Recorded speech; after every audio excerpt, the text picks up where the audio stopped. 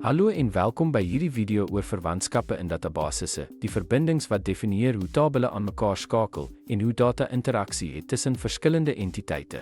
Om hierdie verwantskapstipes te verstaan, is die sleutel tot die bou van doeltreffende, akkurate en betekenisvolle databasestrukture. 1-tot-1 verhouding beteken dat elke rekord in een tabel presies ooreenstem met een rekord in 'n ander tabel. Hierdie tipe verhouding word dikwels gebruik om sensitiewe of opsionele data te skei, sekuriteit te verbeter of die grootte van 'n tabel te verminder. Byvoorbeeld, een werknemer het een toegekende parkeerplek getoon deur werknemer het aan parkingspasse te koppel. Ruimte het. 1-tot-baie verhouding vind plaas wanneer 'n enkele rekord in een tabel met verskeie rekords in 'n ander tabel verband kan hou.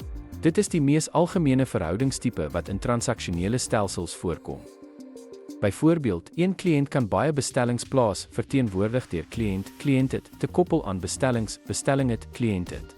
Baie tot baie verhouding beteken dat rekords in beide tabelle met verskeie rekords in die ander kan verband hou. Om dit te bestuur, word 'n aansluitings- of brugtabel gebruik om die verhouding in twee 1-tot-baie verbindings te verdeel.